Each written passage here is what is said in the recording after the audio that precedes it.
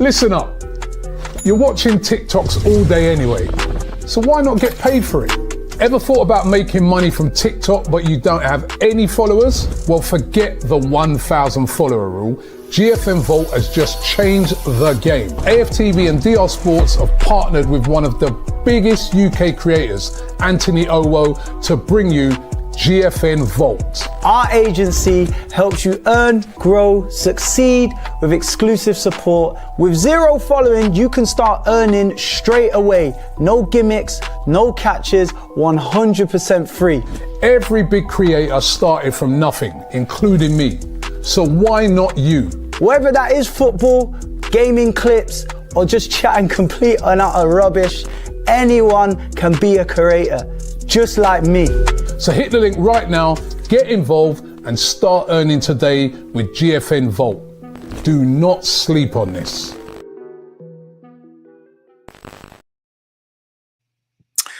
Hi everyone, and welcome back to AFTV Live. Hope you're all doing well. My name's Laurie, if you didn't know already. I'm your host today, and it gives me special pleasure to introduce a man known in the trade as Big Quams with the big arms.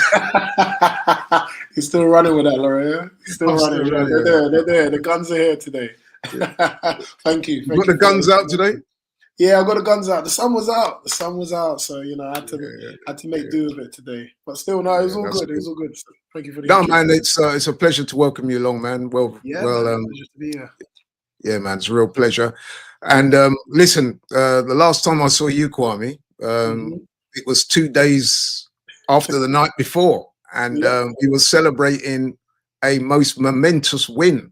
At the Box Park, down at the Box Park. Shout out to those guys at the Box Park, by the way. Yes, 100%. Looking after us so well and for making us feel so welcome. And that was a special night, Kwame. And I'm still sort of basking in the reflected glory of what was arguably Arsenal's best ever performance under Mikel Arteta, a resounding 3-0 thrashing of the current Champions League holders and the 15 times winners Real Madrid in the first leg of the quarterfinal of the Champions League. Kwame, let's start by you quickly giving us your thoughts on the night, on the game itself. I mean, it was all a blur. Very nervous pre-match. Obviously, we all shared our thoughts, all our concerns defensively. The fact that we didn't have Gabriel in the mix. Obviously, no striker up top. How are we going to beat these Galacticos, the Los Blancos?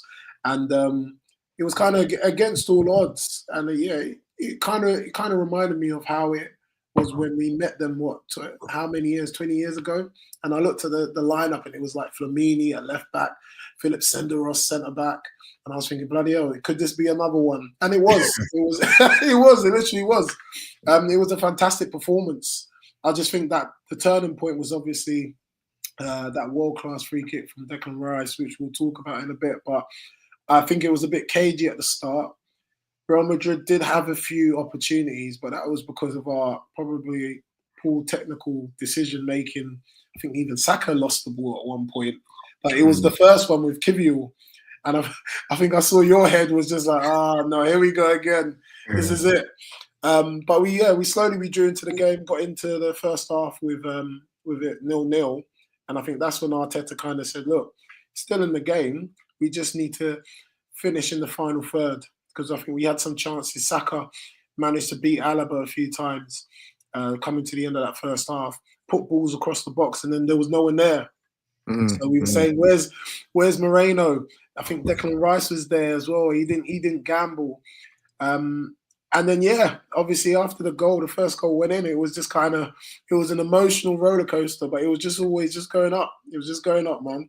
But fantastic. It was a great night. It was a great night. I mean, prior to the game, I had been on the record as saying that I thought we could beat Madrid. I mean, there was a lot of Arsenal fans, people quite close to me, even people in the AFTV network, and I'm not going to name any names, but they weren't too confident. But I always thought that Arsenal could win, especially at home. I mean, and the reason for saying that is because I've done a bit of research into Real Madrid this season, and they've not been as strong this season as maybe in previous seasons. I mean, prior to the game on Tuesday, they'd already lost 10 times in all competitions, and you know they'd lost to like AC Milan and Barcelona and Liverpool. Yeah. But they'd also lost to teams like Lille, Bilbao, Espanyol, Real Betis, and Valencia. And no disrespect to them teams, but I'm thinking if Arsenal if they can beat Real Madrid, then Arsenal are capable of beating them. Okay, no, we've got injuries. I know Gabriel was out, so you know a lot of people saw that as a negative, and I get that. But I thought that if we turn up, given the crowd, the energy of the night and all that, I thought we could get a win. But not even I foresaw what happened on the night. It was an amazing night. And like you said, we were the better team, but you're thinking into that second half, you're thinking, you know what, we need a goal here, man. You know what I mean? Even though we're playing well, we need to score. We need something to take to the Bernabeu. And in that 57th minute, Saka picks up the ball and makes one of those trademark runs, and he cuts across the defenders. We're saying, shoot, shoot, shoot.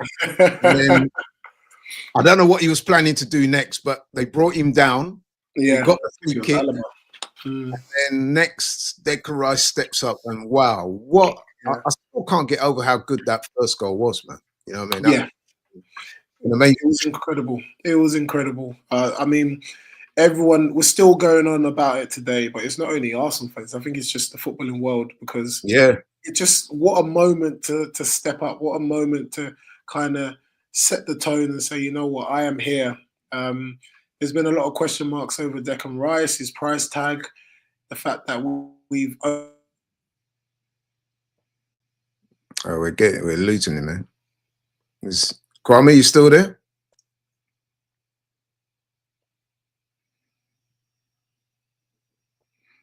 We appear to have lost him. Hello? Hello, yeah. You're freezing up a bit. I hope you paid your telecommunications bill. I'm here. Can you hear me? Yeah, I can hear you. I can hear. I think you were freezing up. Oh gosh, You're just about to describe Declan Rice's super strike for the first goal.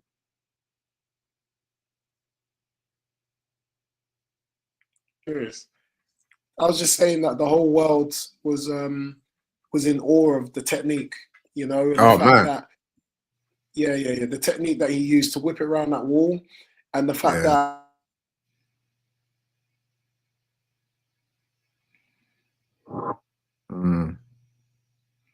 what a shot to beat him. It was phenomenal, absolutely phenomenal. And then from then on, it was just more. It was just obviously when he put the second one down, I think you even just said, he's gonna go for it. He's gonna do it again. He struck that ball so well, so well. Which one was better for you, the first one or the second one?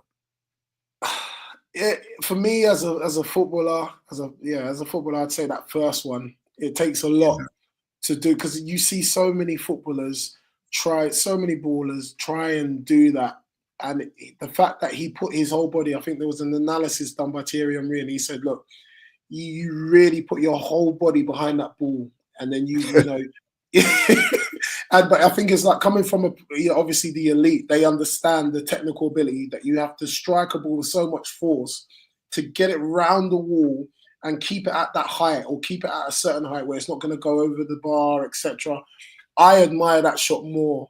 The second one, I just think, when you look back at it, like I said on your channel with LL Sports, was there was only 3 men in the wall for Real Madrid, and I think it was literally Courtois was saying, "Go on, then, go for it." And Declan Rice said, "Yeah, I've got enough power, to strike the ball."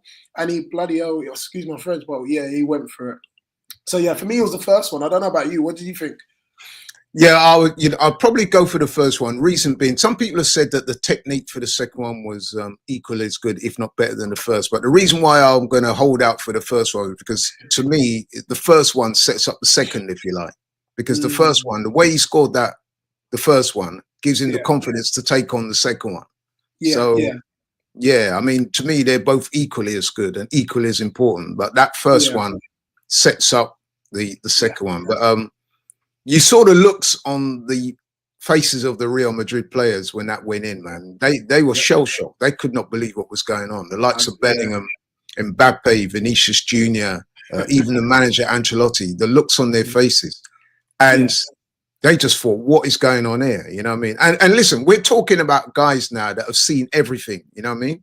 They're at the top echelons of the game. They're men have experienced pretty much everything you can think of in football. And if you saw the look on their faces, they couldn't believe what they were seeing. So yeah, it's an amazing strike. It was part of their history, really and truly. They are built and they're designed to have big moments. And over the course of how many years where they've been winning those 15 Champions League, they've inflicted so much damage on other teams by doing that. You know, scoring wonderful goals. Zinedine Zidane, was it in Scotland, where he scored that volley from the gods, and the ball dropped. You know, Gareth Bale. How many times Gareth Bale? Look, all of these players, they've all done that at a moment. And I just think it was just kind of like a taste of their own medicine, but in a respectable way, because obviously they didn't think that we would be capable of doing it. No one would think that Declan Rice would. We know he can strike a ball. We know that he is good at set pieces from the corners that he's taken so far this season. But I just think, like you said, that's why I kind of go back to the first free kick. It was so important because he had the courage, he had the cojones to actually say, you know what, I'm actually going to go for this. And look, you saw, was it Jova? Nicholas Jova was to cross it. What a guy was in his ear and saying, look, cross it, put it back post. It was only Bukayo Saka. That's why I love Saka. He said, look, if you feel it, go for it. And, you know, I'm so glad that he did. And then, yeah, like you said, because he done so well with the first one, that breams you with so much confidence. I've been there in games when you play, you might score a goal and then you fancy another one. You fancy having an early shot. You fancy striking a ball from a different angle and then they go in. So, yeah, for me, that's right. It was wonderful. Wonderful moment. Yeah, wonderful. Yeah, man. I mean, listen, we've not scored a direct from a free kick like that in, I think it's something like 3.5 years. And in that game, we scored 2 in 13 minutes. You know what I mean? And then, if that wasn't great, then we go and finish things off with the third goal. Now, even that was a spectacular finish as well by Mikel Merino. What a finish that was. I mean, how many times have we said to our strikers, they over-deliberate sometimes in the box, trying to take that extra touch. Yeah. To me, the way Mourinho positions his body and takes that first time, the accuracy of that shot. Yeah. And you're talking about a guy called Courtois in goal. None of those goals, he had no chance with any of them. No. You know, like, metronomic accuracy for all 3 goals. All of them were well-struck goals. I mean, I've got like the highlights in the corner of my eye. I've got like a few of the pictures of the saves. Courtois made a lot of saves though. He did. A lot of good. There was like a triple save he made. I think it was Martinelli, then it was a double from Moreno, all in one, and he saved all 3 of them. And I was thinking, is it going to be one of those nights where he's gonna have the mantelpiece? He's gonna, you know, the golden glove more or less for the game. But you know, if you're gonna beat a world-class keeper like Courtois, it has to be with quality strikes, very accurate in the corner. And that Moreno goal was probably it was the icing on the, it was the cherry on the cake. Because like we said, it wasn't just the way he struck it. It was the fact that it was the approach. It was Miles Lewis-Skelly teeing him up. And then it's so difficult because he was stepping away from goal to generate that power, and then to also add the accuracy is something that I really admire. And he kind of used that, because it was behind him, he kind of used that to whip the ball into that bottom corner. So it was but we've seen it. If you look at all of Moreno's goals, apart from the deflected one that he scored, was it Everton? Was it Fulham? The other day, all of his goals have been really, really good technically. You know, he's a very technically gifted player. I mean, he's not. What I've realised with Mourinho is that okay, he's 6'2", so he's not a small guy. Yeah. But I wouldn't say he's the strongest. He certainly wouldn't. He certainly wouldn't fall into that category of players that I class as physically imposing. But what I would say about him is that he's not quick. He's not particularly powerful or strong. But what he is good at is he's technically a very gifted footballer. He's also a very intelligent footballer. You spoke about him getting into position in advance to take that shot on. Yeah. And some of the goals he scored, man, the positioning he takes up and the finishes, he's a technically very accomplished player. So shout out to Mikel Merino. And I would just add on Mikel Merino as well that he's just been awarded Player of the Month this year for March. Yeah, no, fair play. Yeah, Fair so play. fully deserved. Right. Yes. So yeah, then we go on to win the game, 3-0. As we said, arguably Arsenal's best performance under the Arteta era. Would you say that best performance? Yeah, I think. I mean, there is a school of thought for suggesting that the winning the FA Cup, that would have been a bigger performance. Because that wasn't, people will argue then, or they'll counter that by saying that that wasn't Arteta's team. Although Arteta was there in the final and the semis and that, he didn't construct that team together. I think this one's a bit more sweeter because these are players that he's picked, him and Edu, who we'll talk about later on as well. They picked and they, kind of formed them together, and everyone had question marks upon this team, whether they can reach to the heights that we've done. And so I think, in terms of how the whole world viewed us, the footballing world, the fact that everyone had written us off as soon as we got that draw for Real Madrid, everyone was like, Real Madrid, even Arsenal fans were doing it as well. Real Madrid, no way. I mean, even I was saying I'd rather Atletico Madrid. But, in hindsight, when I look at it, it's probably the best fit to play Real Madrid. So, I think performance-wise, I feel the moment living up to the occasion, not being fazed by the fact that these are the creme de la creme, Real Madrid. Let's not disrespect these lot. They are phenomenal what they've been doing, but we caught them on a good day, and we delivered. And I think that's what is. I think that's what kind of tips it for me in terms of Arteta. Can you play the big teams on the big stage and then deliver? I think he ticked all boxes. I think he ticked all boxes. Yeah, I would agree. And even if you say it's not his best game ever, it was certainly the best game in the Champions League for Mikel Arteta. Yeah. So I think we can all agree. The only other game, sorry to cut you, Lloyd. The only other game would be like Man City Pep, where we thrashed them. That was the only other game where I can say, I was, they're the best of the best. Can we go toe to toe with them? And we did. The 7-1 against PSV weren't bad either. 7-1 against PSV. I mean, we've done a 5 something. I can't remember what the other one was. We've left a lot of teams in our dust this Champions League. But I just think, like I said, with the squad that we have, it's still a work in progress. We haven't got a number 9 that we're lauding, obviously, or applauding Moreno, but he's not a number 9. And we're still managing to beat Real Madrid. That's unimaginable. So for me, it's just one of those things where, I feel like Arteta's more or less showcasing what he can do with this group, this current crop of players. Look at the bench. You remember when we was going through the bench, and I think Turkish was like, look at that. It's pathetic. But it's so weak. The team. If you just take one key man out of the squad, who have we got? But Arteta always seems to find a way, and this is one thing I've always said about him: is he's the Inspector Gadget. He's the Inspector Gadget. He always finds a way. He does. So definitely, I say it was his best performance in my opinion.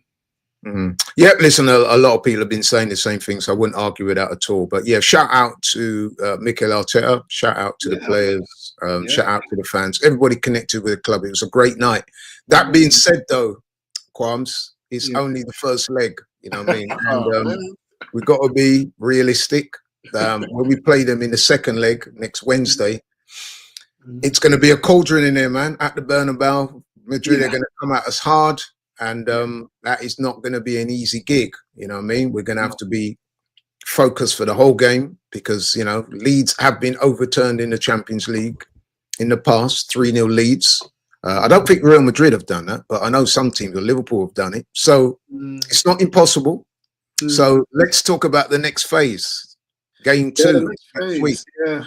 And my question to you and anyone out there that's watching, I'd appreciate your comments on it. How do we approach that game? Because when you're 3-0 up, there is that kind of, how can I put it, that kind of temptation to go there and think, You know what I mean? We'll park the bus up and, you know what I mean, we'll be defensive. Personally, I wouldn't like to see us do that. But Kwame, I'll let you answer this question first. Your approach for that next game against Madrid next week. What do you want to see the manager do? Let's start with a team. Let's start with a team for the game. Who you want to see play?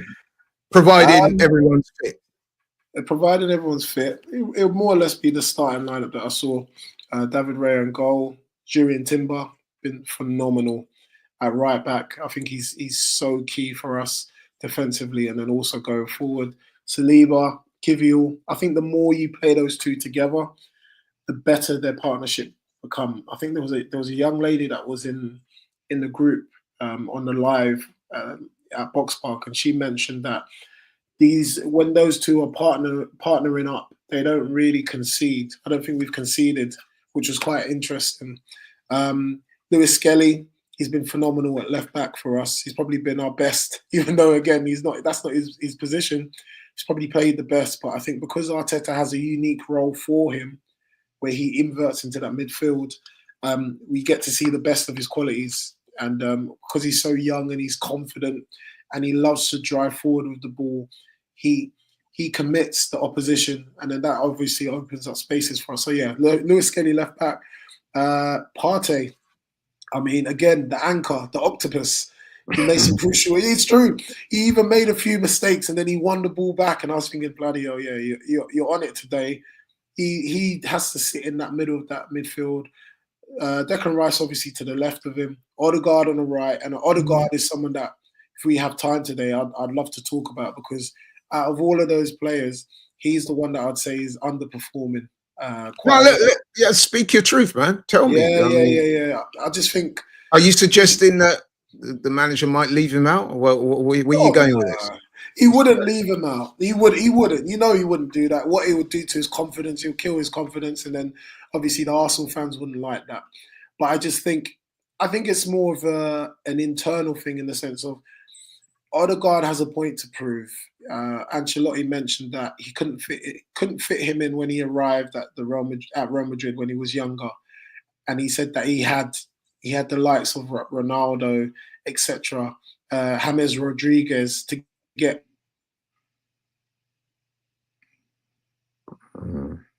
Whilst we're waiting for Quams to come back, I think he's experiencing a bit of problem with his internet speed or whatever. But Cayman says here, take it from a Borussia Dortmund fan who saw his team throw away 2-0 lead at the Bernabeu. Don't abandon what you succeeded at. And I agree with that. Also, have got to play their game. We cannot afford to go there and just park up the bus and expect to come through. Right, we're back with Kwame. Yeah, we lost you for a second.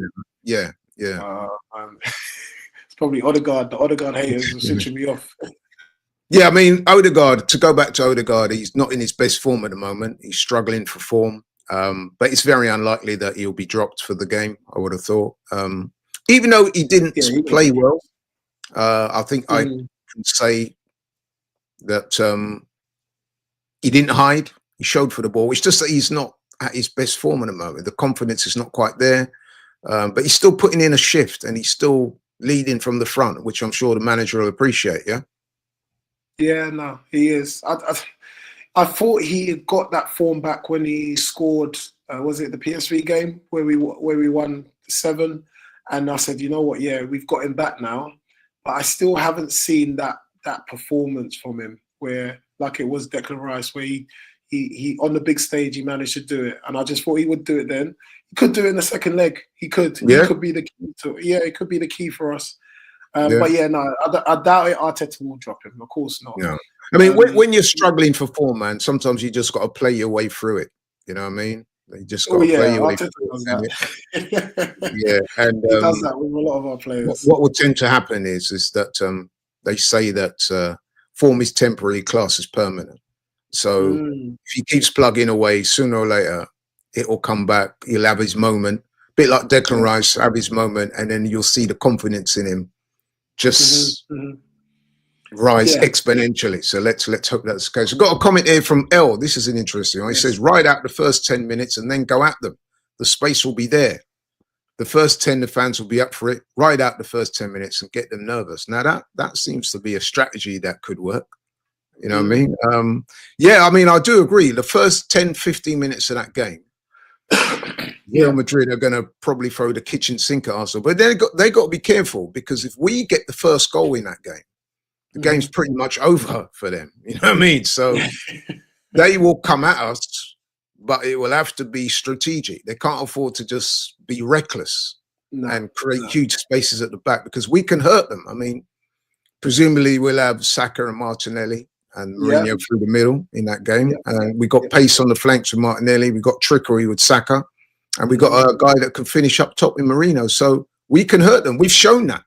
So they've got to be cognizant of that. They cannot just come at us reckless and, you know what I mean, throw the kitchen sink at it, and then all of a sudden they're a goal or two down themselves. So tactically, it's going to be very intriguing to see the approaches that the respective managers take. But yeah, I think that's a fair comment. Another comment here from Terry Haskin. He says, play the same way we approached the first game, dominate the midfield. Now, we certainly did dominate the midfield in that first game, as you just alluded to, Quams, Partey, Rice, and especially those two, by the way. They were outstanding. You know what I mean? We'll be hoping that they can replicate that next week. But yeah, man, if we dominate the midfield the way we did, then yeah. But yeah, let's see what else we got here. D. He said, it's been a while since we played in the stadium like that, the Bernabeu he's referring to. But I'm excited to see how we perform under pressure. Oh, sorry. When he says stadium like that, I think he's talking about our stadium. The noise levels apparently were ridiculous on Tuesday. But anyway, he said, it's been a while since we played in a stadium like that, but I'm excited to see how we perform under pressure, even though we did more than enough in the first leg. So he's suggesting that we've done enough in the first leg, and which ideally we should have done, you know what I mean? But we do need to be on it. We do need to be focused. So yeah, I think that first 10, 15 minutes, as people suggesting, is going to be key. However, with that first 10, 15 minute syndrome, even then though, you've still got to stay focused. Because if you think about it, so we scored our goals on Tuesday night against Madrid in a 18-minute window. So we got our first goal in the 57th minute, we got our second one in the 70th, and we got our third one in the 75th minute. So that's 18 minutes. We scored 3 goals in 18 minutes. So that shows you that if you're on it, you can you can get goals quickly. You know what I mean? So we've got to be cognizant of that.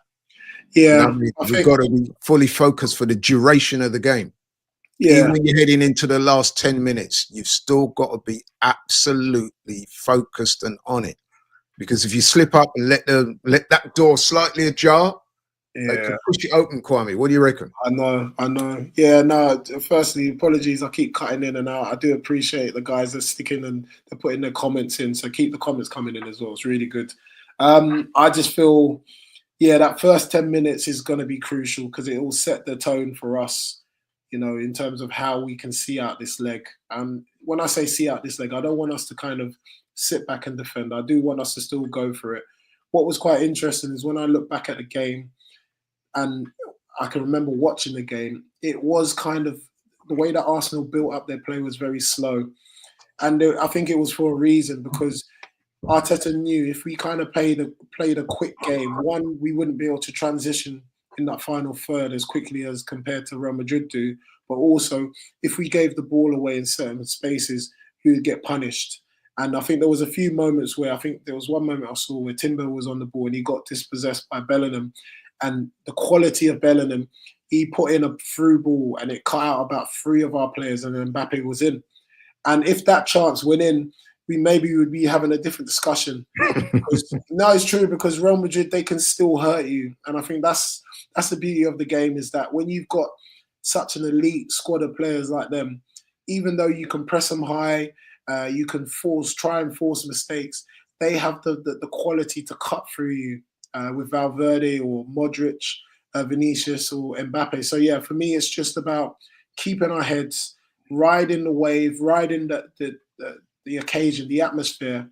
The atmosphere is going to be very, very, not violent, but it's going to be quite It's aggressive. going to be hostile in there, man. Yeah, It's it's going going to to be have all hostile. the That's the white word, shirts on, and you know what I mean. 100%, 100%. They're A going to couple try of people have made the point in the comments section, and I do agree with them. They're talking about the refereeing that we could expect to receive at the burner. I don't think. Well, how can I phrase this without sounding too negative? I think it's fair to say that you don't expect any favors from the referee.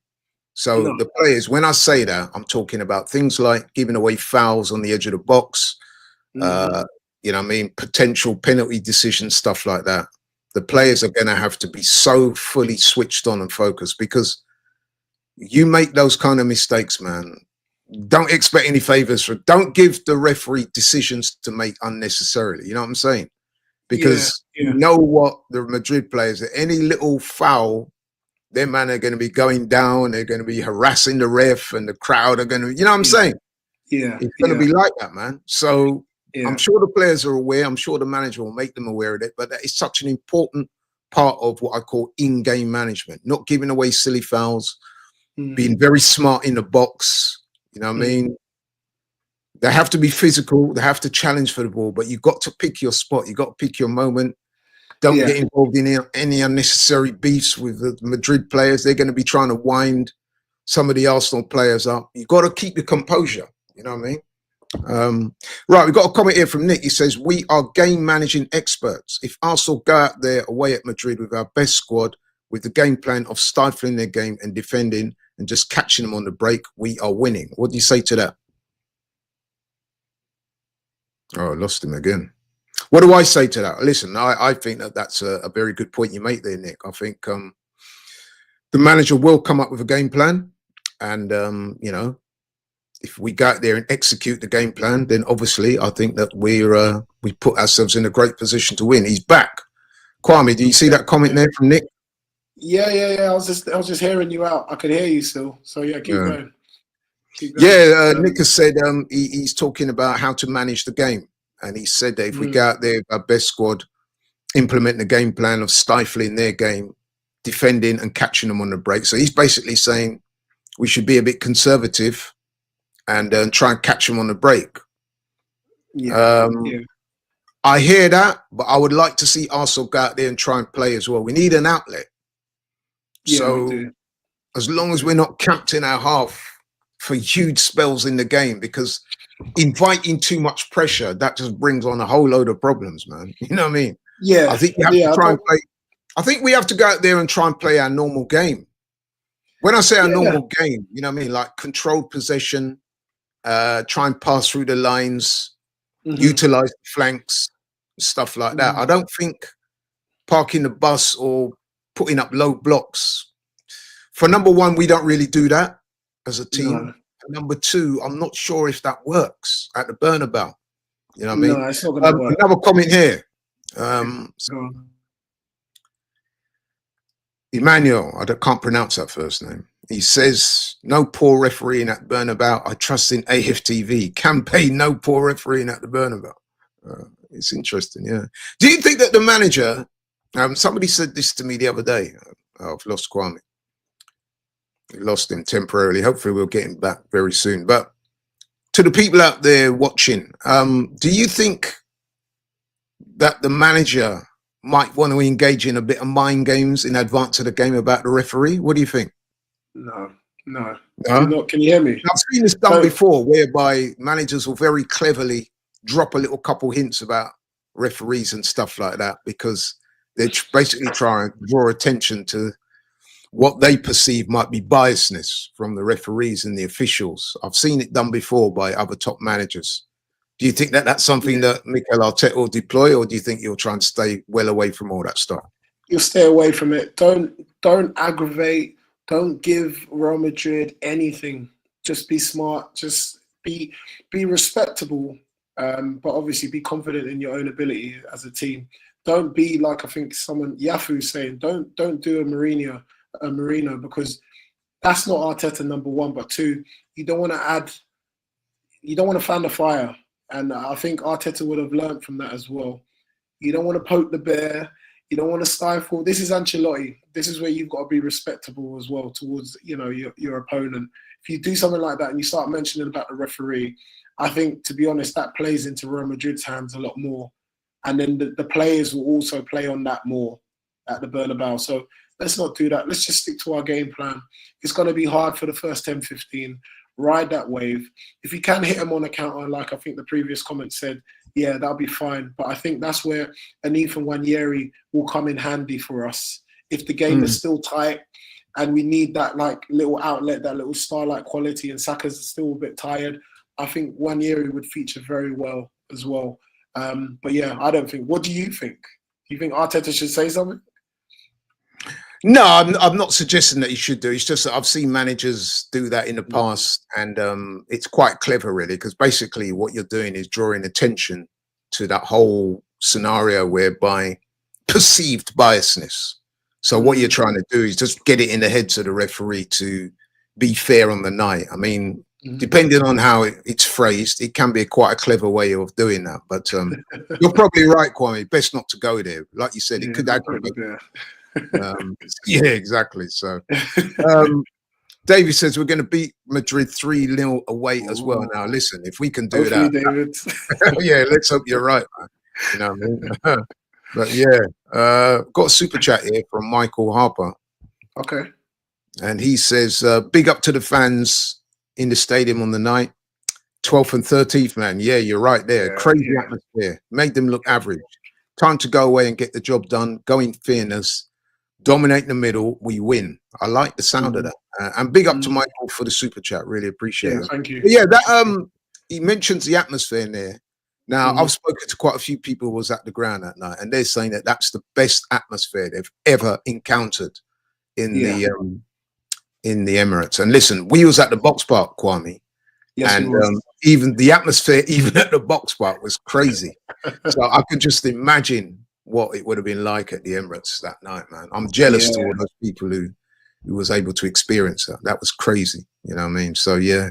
Another super chat here from Mohammed. He said, as a neutral Barca fan, I literally can't watch the Prem, can't even watch a full 90 minutes of any game. So boring. Oh, that's interesting. Oh, well, he's, you know what? I think he's expanding on that theme that a few people have said this season, that Gary Neville and that, isn't it? Yeah, he's saying that the Premier League this season has become too structured, too rigid, too robotic, and it's become boring. I mean, you know what? I mean, a lot of people have said that, and there is some validity to that statement, to be honest. Lots of games, even some of our games, Kwame, where there's not much going on, like teams put up the low block, we've struggled to circumvent the low block, and there's not been much happening in games. And that's been true of quite a few games this season, even some of the derby games. I mean, I watched the Liverpool-Everton game the other day. I watched the City Man United game, and quite a few games recently. It's been non-eventful. You know what I mean? And like I said, even some of our games where teams have just come to the Emirates, put up the low block, and it's been kind of boring. Look at the Chelsea game, for example. That was quite boring. So, yeah, it was. I would have to say that the Premier League this season has not been as riveting and exciting as some of the previous years. But then when you say that as an Arsenal fan, people say, oh, yeah, you're just saying that because you're not going to win it. So I tend not to get into conversation. You know what? Because I heard it the other day, and obviously I thought about it, and I thought, you know what? Yeah, part of it is because their respective teams are not doing well, and they haven't done well. And it's also down to the downfall of a lot of the clubs. Chelsea, they brought a lot of players. They spent a lot of money. They haven't succeeded at the highest level this season. Obviously, Man City, they haven't lived up to the expectations that we've seen them do. They've been dominating for years. I understand that people are trying to mimic what Pep has done, and it's kind of like a washed up, or how can I say, is it a Temu version, you know, AliExpress version. It's not the real deal. But I think what the Prem doesn't have is still working out its kinks. That's where when I sat down and I watched the Champions League this week, I was like, yeah, this is why I love football. And it wasn't only just the Arsenal game. it was also, I was watching the Villa game, PSG, Yeah, Dortmund, that was a great Barcelona, game. Yeah. some quality football. And I was just like, you know what? As much as it's not the best in the Premier League at the moment, at least we've got games that kind of get us out of our seat. But it's also, we have to take note from the Champions League, because in terms of the referee and the levels better, in terms of the turnovers for any VAR calls or whatever, or offsides, it's very quick. In the Premier League, it's very slow, it's very laborious, and it takes that joy and that enjoyment out of the game. So I do understand what Mohammed's saying, but I still think that there's some good, there have been some quality Premier League games this season. Do you know what I mean? There have been. Another comment here from Leo Mack. He says, slow the game down first 30 minutes and home fans will turn on the team. So, yeah, he's suggesting that if we slow things down, keep a relatively slow pace, then he reckons that the home fans could turn on Madrid. They might well do, because apparently the weekend before the game on Tuesday, they were booed off by their home fans when they lost Valencia. No? Yeah, so, yeah, it would appear that that some of the fans are not happy with Madrid at the moment. So, yeah, that could be something that could happen. Got a comment here from David. He says, we should just go for it. 2-3 good.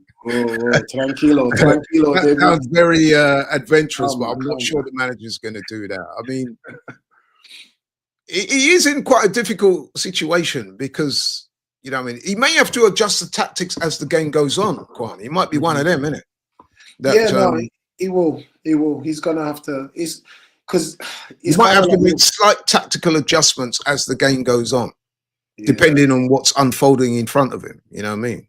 No, definitely. What we got here from Distant Goonie says, I think we need to be clinical on the break, because if we can get one, that really puts a lot on Real. Yeah, I mean, that is one of the tactics that I'm sure the manager will deploy. I think Martinelli will have an important part to play in this game, because he would appear that he's the quickest, most explosive player in the Arsenal setup at the moment. And if we can get the balls to him up top, or get one over the top of the defenders, then I back him. Well, did you think he played well that game? I thought he did play well. I thought he played well both in attack and defense, and I think that's one of the reasons why the manager always seems to play Martinelli in the bigger games, because he's good going forward and defensively with his pace and his hard work ethic.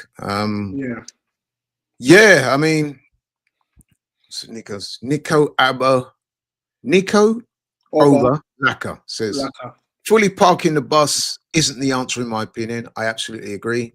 Don't do it. But if you go there and park the bus, you're just inviting too much pressure.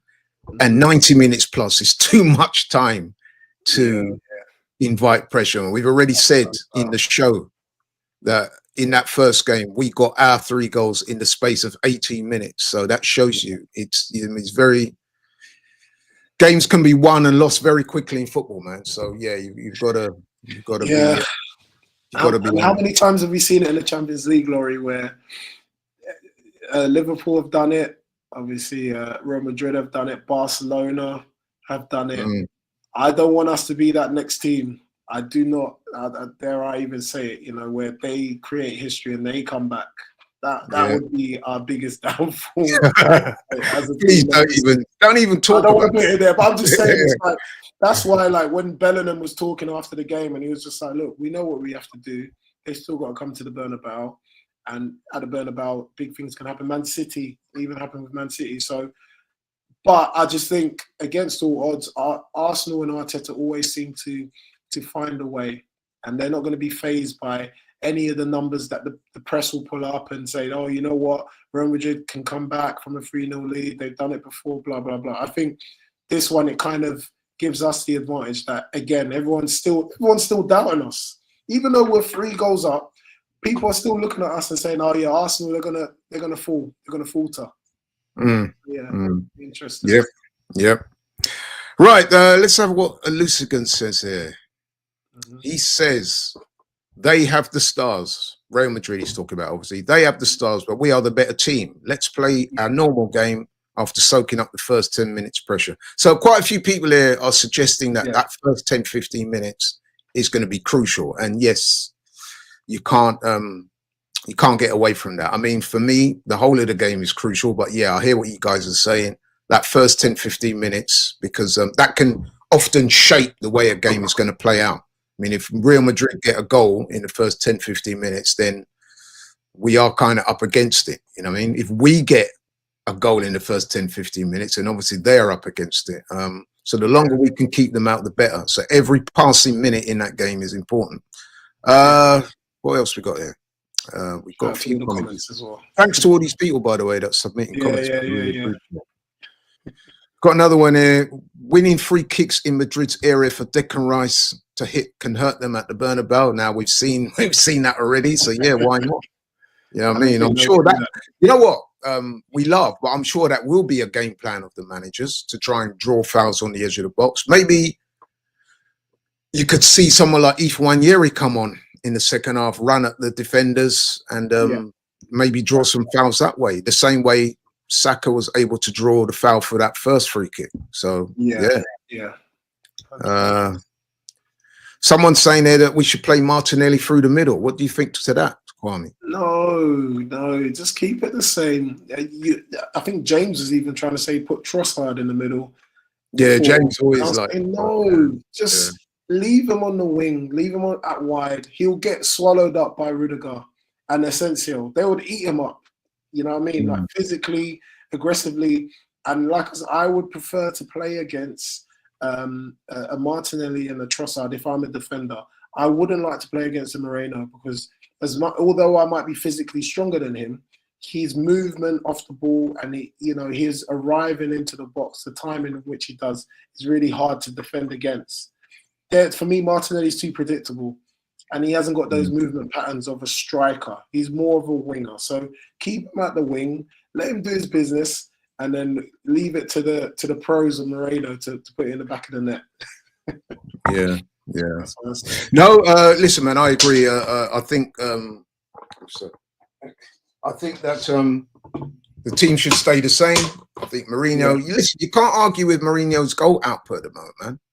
It's phenomenal. You know what I mean? I think he's got 8 goals this season, 7 for Arsenal, scored for Spain as well. The man knows where the back of the net is, man. It's working. So if it's working, try to, you know what I mean? If it ain't broke, don't fix it. He's in form. Yeah. And I think this is something that Arteta has he learned from it? Where before he would, I can't remember who it was it Nketiah or someone would score, but then they wouldn't start the next game. And I'd say, why are you doing that? Just leave him there. Gabriel Jesus, when he was on that run, and then people were like, oh no, but we should maybe drop him for someone else. I'm like, no, play the person that is putting the ball in the back of the net. And because it becomes easier for them as well, because they're not trying as hard. You can see that Odegaard is struggling because he hasn't scored goals or whatever in his game this season. But Moreno is now becoming effortless. The goals, like I said, he's just hitting the ball and it's deflecting off of another man and it's going in. So he's got that confidence. So for me, it's like, just keep him there and I guarantee he will deliver. I think he'll score again in the second leg, by the way. I could see him scoring again. Absolutely. Somebody said to me the other day, they were quoting a stat and saying that he scored against Real Madrid more times than anyone else in his football career. Going back to the day. She was saying that, yes. And Kenya's normally quite good with her stats. So that is an interesting one. That is an interesting one. So clearly the man has no fear of playing against Real Madrid. It is half the battle done. What you said. You said that. They can be beaten. They've been beaten many times this season. So why not? And the opposition that have played against Real Madrid and beaten them, they're not as good as us as a team. So I do agree with one of the guys that mentioned it in his comment earlier. Yeah. I got a comment here from Ade, which I like. He says, we should play at our normal tactics because there will be lots of spaces, same approach, but with more discipline. I think that's the key, man. I think that's the key. As I said, the manager may want to, make some tactical adjustments. I think substitutions are going to be key as well in this game. He's got to keep the players, he's got to keep things fresh and energized. So if there are players that are flagging or they look like they might be carrying a knock or whatever, I don't think you can risk leaving them on for too long. Trust in your bench, you know what I mean? If there's a couple of guys there, they look like they're slowing down or it's not quite happening for them. Don't be afraid to, not afraid, but, make that move, be positive, and keep the team energized because, like I said, focus and energy is going to be crucial in this game. You know what I mean? Yeah. Definitely. What's going to say? What's they saying? Shout out to all the comments as well, people. The comments have been really good. Yeah, they have. Yeah, they have. They have. Shane says they're going to come out very aggressively to start the game because they have to. If we dominate the midfield, we win again. There's a few people that have made that comment. Yeah. I wonder who they've got on the weekend, actually. Who are they playing? I think it's Alabama or something. Oh, is it? Yeah, I think they've got someone. So even their game leading into the Champions League, the second leg will be interesting. But I just think, what was quite interesting was just quickly, Timber usually goes a lot more forward. And I'm not saying he didn't in the game, but I think what Arteta told Timber to do was to kind of hold back a little bit more. Odegaard obviously still dropped off into that space to kind of dictate the play. But it was where he pushed Declan Rice further up. And it kind of is reminiscent to what he'd done with Xhaka, obviously, where Xhaka started scoring a lot more goals. And people don't really expect Declan Rice with the kind of player that he was before, maybe at West Ham, where he drives forward and he causes the defenders a lot of worry because they don't expect him to do what he does, So this is an interesting comment from Cockney Toff here. What's he saying? He said, what's he saying? I'm trying to get... We have to adopt the same game plan rather than sit back and invite pressure for 100 minutes. So the same game plan as the first game. You can bet your bottom dollar there will be oodles of extra time. So I think he's alluding to the referee maybe being a little bit biased. I mean, listen, it's going to be to be fair to the ref, it's going to be difficult for him, man. Because you're at the Bernabeu, it's going to be packed, it's going to be hostile. As I said before, the Real Madrid players will inevitably try and put the officials under pressure. And the officials need to be strong, they need to be resilient, they need to be fair. And that's not always as easy as it sounds when you've got players surrounding the refs and the officials, asking for fouls, asking for free kicks, So, got to be careful, man. But we can do it. We can do it. I'm convinced that we can do it. I think we showed a lot more discipline, a lot of more emotional control in that game. I mentioned Camavinga getting sent off. Things like that. You can see Bellingham throwing his arms up, complaining. Their body language, you can see they were kind of arguing with each other because they were so stunned as to what we'd done to them.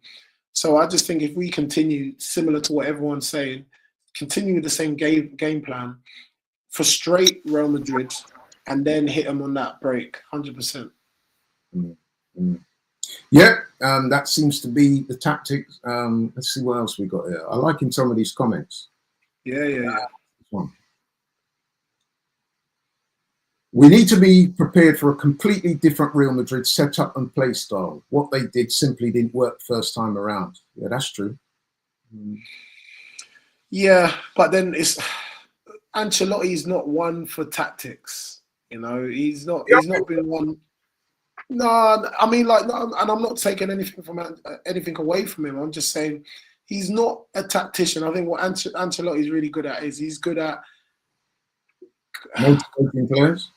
Yeah, he's able to kind of not stroke egos, but he's able to have a room full of superstars and they can kind of coexist together and he can get the best out of them. So his management style is a lot more higher than I'd say his tactical style. Do you know what I mean? So I remember when Mbappe came into the fold and everyone was saying he's not going to be able to play as a centre forward, and Ancelotti was always saying, no, it's okay, give him time, let him adjust, and he'll understand the other players and how they move. And I think that's what he's done with all of them, Rodrigo, Vinicius Jr. I don't think tactically he's going to outsmart Arteta. I think that's something where Arteta's shown his quality. I just think he will just say, just for them lot to finish the chances that they get. They're going to get chances, unfortunately. They will. They're Real Madrid. But I think he would just say, you guys have to be more clinical. You have to be more ruthless. And he'll probably just say to them, get the first goal. If you get the first goal, you're going to put Arsenal under pressure. They won't be able to deal with chaos. And that's something, unfortunately, we're not good at. At Liverpool, at Anfield, Xhaka obviously doing what he done, which led to us, struggling. So, yeah. James Chapman says, Laurie, don't say anything in the second leg.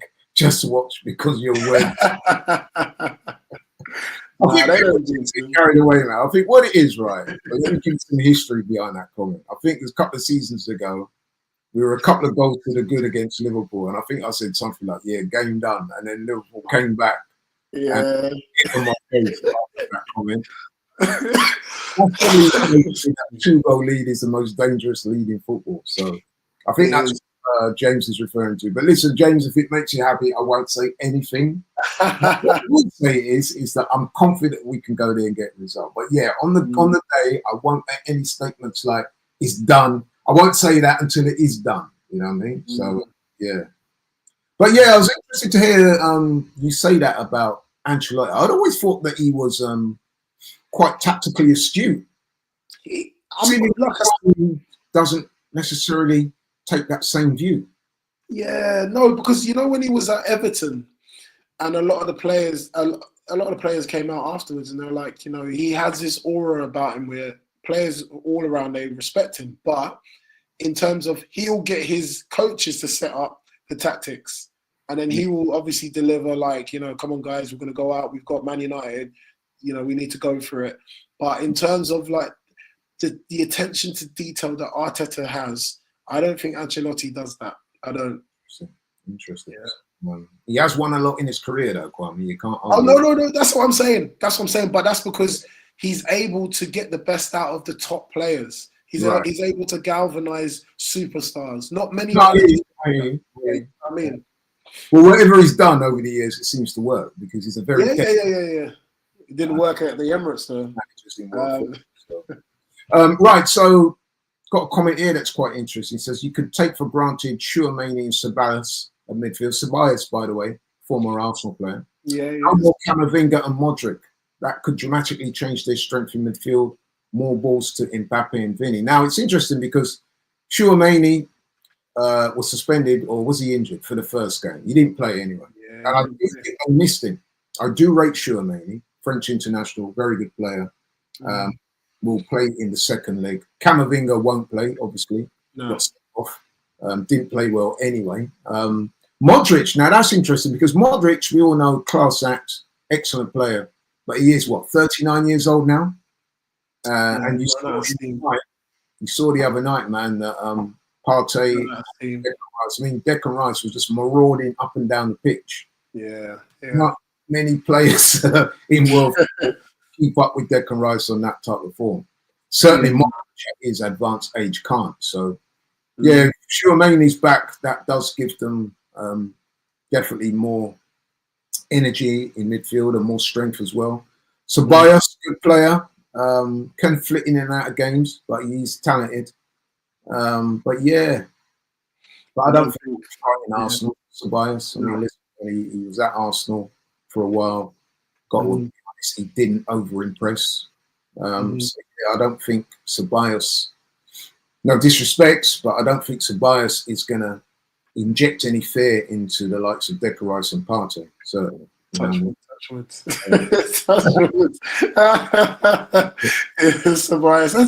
has a masterclass. Maybe we should take James's advice. I'm not saying that. James again, he said, Arsenal fans, media should cry out before the games because refs are scared of Madrid players. This ref on Tuesday was a joke. Jude deserved the yellow card for a foul on Odegaard. Will be against 12. Well, just don't focus on the refs, James. Let's just focus on the game. It's too much. There's too much focus on the refs, and I know I have been one that has said it. When there's a bad call, there is a bad call. But I just think we have enough quality, and we've got a great advantage here. I don't want us to rely on the ref. I don't want us to look for anything, any decisions. No, I want us to go out there and actually win the game, just like we done at the Emirates, fair and square. And even though decisions may go against us, we're not going to be phased by it. I think that's what we need to make sure we do. No, 100% agree, man. I mean, you're right, Kwame. Yeah, it is that elephant in the room, though, the ref, isn't it? Because you go to these games, especially when you're up against, it's that big club syndrome, innit? Like I said, they're at home. They'll have the crowd on their side. They've got some very experienced players that are well versed in the dark arts. You know, challenges, and these guys will go. No, but it is quite an important part of what's going to happen. It is. Players, they will hit the floor. They'll be asking for fouls, free kicks, yellow cards, penalties. You know what I mean? The whole nine. So we do need to factor that into the equation, and our team, our players have to be cognizant of that fact. And I'm pretty sure the manager, you said yourself, Kwame, his attention to detail is very thorough. I'm pretty sure he will be saying to those guys, listen, man, you know what I mean? Don't try not to give the referee too many decisions to make, because it could come back and cost you. So, yeah. Right, we're kind of closing in, man, on Kwame. This hour's gone very quickly. It has, hasn't it? Yeah, and thank you so much to everybody who submitted super chats and comments on that topic. Before we do go, though, I would just like to draw attention to a statement that was put out today by Edu, former Arsenal sporting director, former player, Invincible, Edu. You know, you'll be aware, Kwame, that he left the club last year, and today he submitted a statement of gratitude. It's a very classy statement. Finally giving notice that he's to leave. I mean, the reason why this is coming out now, as opposed to last year, that he was effectively on gardening leave. So I'm assuming this statement coincides with his gardening leave being up. And the statement, I mean, it's quite lengthy, but to summarize it and to paraphrase it, he's just talking about him joining the club and what a pleasure and honor it's been to be sporting director of Arsenal, and he's thanking everybody, especially the fans, for, you know what I mean, his time at the club and how much he appreciates the club and everything like that. Kwame, a few words on Edu. He done well. It's obviously it's not something that he was experienced in. It was a new role. I'm just actually running through some of the players that he and obviously Arteta kind of brought in. Obviously the Nicolas Pepes, Saliba, Tierney, Ceballos on loan. He done well. I think he done well. I think you have to understand, it's part of a project, isn't it? And you have to start from the bottom. And we had to remove a lot of deadwood from the club. We had to set the standards, build the culture. I reckon he done a good job in that sense. And he's probably leaving at the best moment. He's realizing maybe it's too much for him, or there's someone better that can come in and do the job. And I think that shows a sign of a club that are moving forward. So yeah, all I'd say is just like, thank you, Edu, because he although people will question his signings, the Williams and Renaissance and whatever, he still contributed to us being where we are now, alongside Arteta. Do you know what I mean? Yeah. So yeah, I mean, he did a good job while he was here. I mean, obviously, we don't know the exact reason why he left. That's still under a little bit of cloud or debate or whatever. But listen, he's a classy guy, man. He was a classy player, and he's a classy man, and he did a good job while he was at the club, and we got to thank him. And yeah, we appreciate his message that he submitted today. And yeah, wish him all the best in the future. I think he's going to take up the job with Notts Forest now, isn't he? Oh, yes. Yeah. Yeah, he brought in Declan Rice as well, so we got to thank him for that. A lot of those same players that you see represent Arsenal now. You know what I mean? That man is responsible. So big up, Edu, and we wish him in the future. I would say on that as well, a couple of the guys, I know Cecil's got to know him over the last couple of years, and Cecil's always said what a humble and decent, nice person. Yeah. We got our blessings, man. Big up, Edu, and thanks for everything you did for the club, both as a player and as a sporting director. Yeah, man. You're welcome. Yeah, thanks to you for coming on today, man. Really appreciate it. I know you had some issues, which obviously not. Yeah, I apologize, people. People are in the comments saying that was it my internet slow like Spurs? It isn't that. Listen, I do apologize. Thank you for everyone. No, we've all been there, man. I've had problems in the past. Yeah. Deliberately, it's just one of those things. But Listen, big shout out to you as well. Thank you for having me. You did make your presence felt. You did make your presence. Yeah. Thank you very much for that. Thank you so much for the people, like I said, who have submitted comments, watching the show. Thanks to those people who submitted super chats. And thank you so much. And we'll speak again soon. Take care. We are out. Take care, peeps. Take care. Listen up.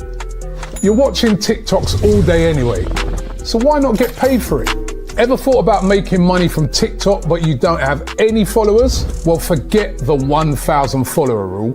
GFN Vault has just changed the game. AFTV and DR Sports have partnered with one of the biggest UK creators, Anthony Owo, to bring you GFN Vault. Our agency helps you earn, grow, succeed with exclusive support. With 0 following, you can start earning straight away. No gimmicks, no catches, 100% free. Every big creator started from nothing, including me. So why not you? Whether that is football, gaming clips, or just chatting complete and utter rubbish, anyone can be a creator, just like me. So hit the link right now, get involved, and start earning today with GFN Vault. Do not sleep on this.